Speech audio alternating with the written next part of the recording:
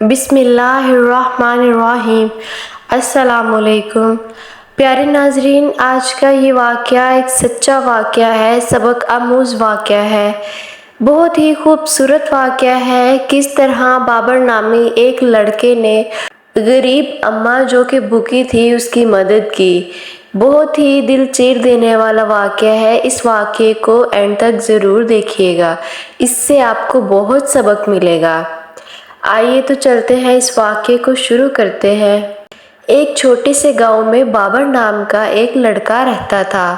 بابر بہت غریب تھا، اس کے پاس صرف چند پرانے کپڑے اور ایک خستہ حال جھونپڑی تھی۔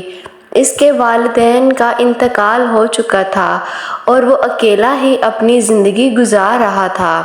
بابر بہت ہی نیک دل اور مہربان لڑکا تھا۔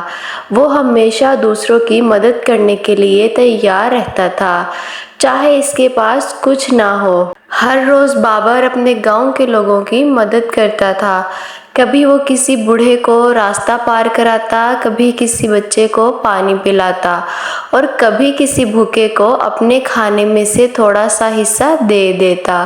بابر کا دل سنہری تھا، بابر کا دل بہت خوبصورت تھا اور اس کی نیکیوں کی وجہ سے گاؤں کے لوگ اس سے بہت محبت کرتے تھے۔ ایک دن گاؤں میں ایک سخت قحط پڑا، کھیت سوکھ گئے اور لوگوں کے پاس کھانے کو کچھ بھی نہ رہا۔ بابر بھی اس قحط سے متاثر ہوا، لیکن اس نے اپنی مہربانی اور ہمدردی کو نہیں چھوڑا۔ وہ دن رات لوگوں کی مدد کرنے کی کوشش کرتا رہتا۔ ایک دن بابر نے دیکھا کہ گاؤں کے کونے میں ایک بوڑھی عورت بیٹھی رو رہی ہے۔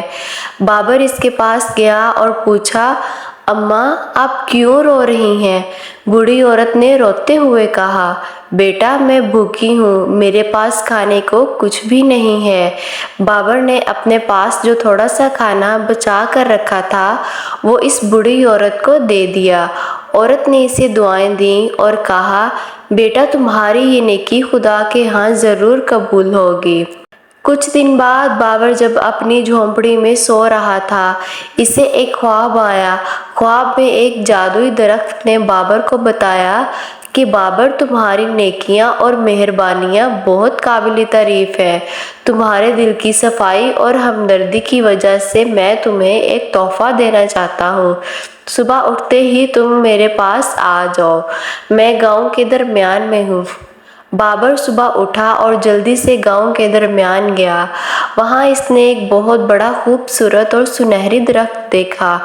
درخت نے بابر سے کہا، بابر تمہاری نیکیوں کی بدولت میں تمہیں سونے کے پھل دیتا ہوں۔ یہ پھل تم اپنے گاؤں والوں میں بانٹ دو تاکہ سب کی بھوک مٹ جائے۔ بابر نے درخت کا شکریہ ادا کیا اور سونے کے پھل لے کر گاؤں والوں میں بانٹنا شروع کیا۔ ہر ایک کو سونے کے پھل ملے اور ان کی بھوک مٹ گئی۔ گاؤں والے بابر کی نیکی اور مہربانی کی وجہ سے بہت خوش تھے۔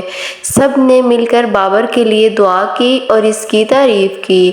بابر کی کہانی ہمیں سکھاتی ہے کہ نیکی اور مہربانی کبھی ضائع نہیں جاتی۔ اگرچہ بابر کے پاس خود کچھ نہیں تھا، لیکن اس نے دوسروں کی مدد کرنا نہیں چھوڑا۔